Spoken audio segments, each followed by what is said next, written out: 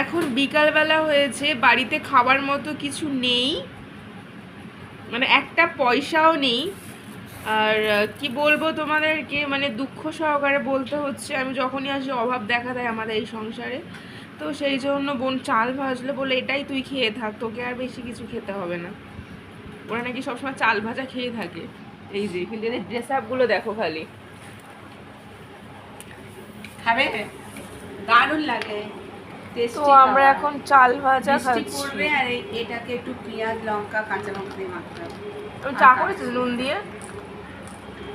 হুম, চিনি নেই তো, নুন দিয়ে চা খাওয়া। এবার আমার জন্য খুদের ভাত অর্ডার করবি না তো? অন্য বাড়ি দেখ, হুম, অন্য বাড়ি দেখ। কেমন করে বলছে অন্য বাড়ি দেখো।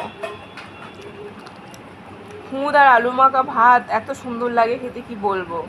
তো এইগুলোই খাচ্ছি, ঘরে সত্যি কথা কিচ্ছু নেই, যার জন্য চাল ভাজলাম আর চা।